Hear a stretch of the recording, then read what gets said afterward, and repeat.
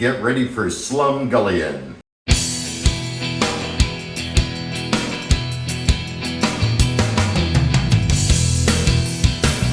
Hey there, ladies and gentlemen. Welcome back to the Food Experience. Today's food experience, I just made it. I'm about to enjoy it. I have Slumgullion for you. It's also known as American Goulash, American Chop Suey. There's a whole bunch of names for it. There's also a Johnny Marzetti, but it's a little bit different style. Anyhow, there's a lot going on here. It's basically like a really good stew, something that's like hearty and has a dimension of different flavors. I got onions, garlic, green peppers. Man, this is going to be so good. Wait till you see it. And without further ado, here we go. Add enough oil to cover the bottom of a large stock pot. 1 small diced small yellow sweet onion. Give that a good stir. Make sure the onion gets coated with oil. 3 large cloves of garlic.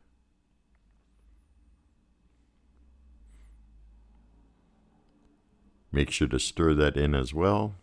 You definitely don't want the garlic to burn. Add a little bit more oil if necessary. A small diced green bell pepper. Stir that in well.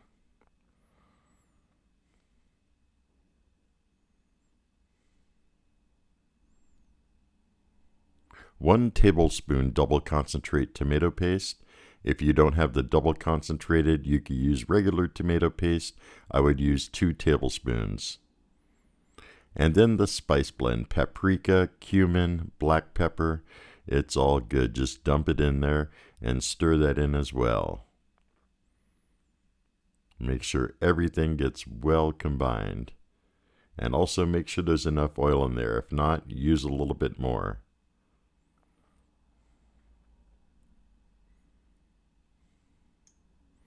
Add the beef. It's a pound of 90-10 beef. I went with the lower fat content so it wouldn't be too greasy. And you just want to break that up, mix it in with all the spices, onions, bell peppers. Make sure everything gets well absorbed into that meat. It'll make it so flavorful. Turn up the heat if you need to. You probably will need to let the meat cook through and through. There should not be any pink left in it when it is finished.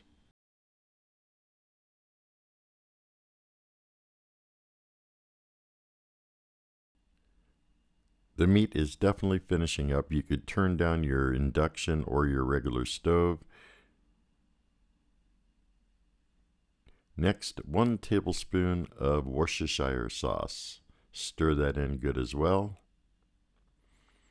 1 can of diced tomatoes, 15-ounce can.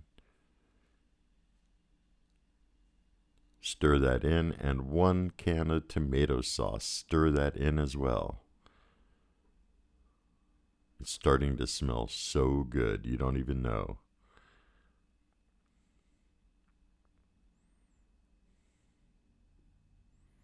One can of yellow corn, a small can of yellow corn. Stir that in. Make sure everything gets well combined. Cover with a lid, and you want to slow simmer for about 20 minutes. You could tell everything's been simmering. Everything is nice and hot. Give it another good stir.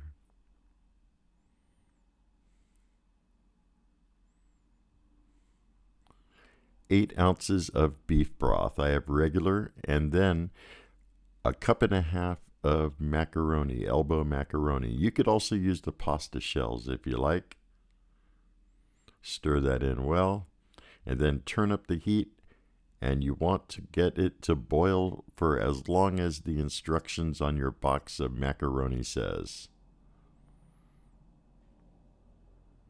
After that, a lot of the moisture and water will burn off, and you're left with something that should be a pretty good consistency. If not, you're welcome to add more beef broth. In my case, that turned out really quite perfect. First, spooning my dad out a portion, And I figure 3 ladlefuls is a good meal right there. Goes the second and the third. And that's off to my dad. Oh yeah, also a little bit of parsley, just for kind of garnish. And now I'm building my bowl. Same way, 3 ladles. And there comes the third. Except with mine, I'm topping mine with Parmigiano Reggiano, and it really makes for a nice touch to this dish. Also, I'm dropping on some parsley, and one last bowl, a small bowl. This one, I'm putting in a bunch of medium cheddar cheese. Welcome back, ladies and gentlemen. Here I am with my bowl of Slumgullion, aka American Goulash. I also have some garlic bread here to enjoy with it. You saw that I sprinkled on some Parmigiano Reggiano along with some parsley.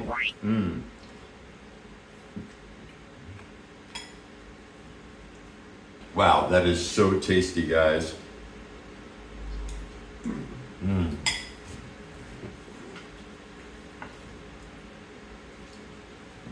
It's beefy, it's tomatoey. I could definitely tell the onion and the green peppers are there, along with the paprika, the corn, and that Parmigiano Reggiano on top definitely helps and makes a difference as well. I was taking a taste test of it while I was cooking, and this is definitely the best way to do it.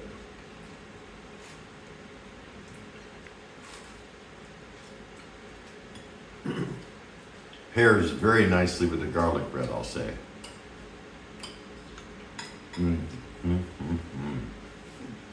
So good. And also, I want to give a big shout out to my friend Dawn. If it wasn't for her, I wouldn't even have known about this type of dish or anything about it at all. So, Dawn, if you're out there, big smile for you. Thank you so much. And guys, this is something worth trying. Absolutely. I also have a bowl here with a bunch of cheddar on top. Oh yeah, that's good as well. Absolutely.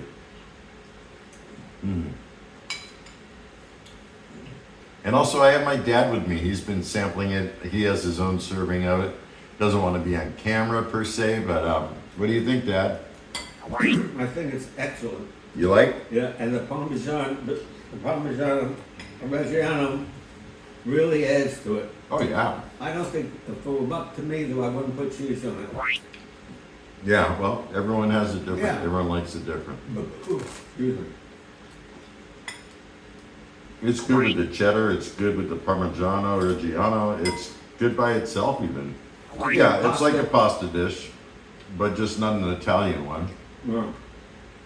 Definitely an American dish. Definitely an awesome tasting dish. I am so happy with the way this came out.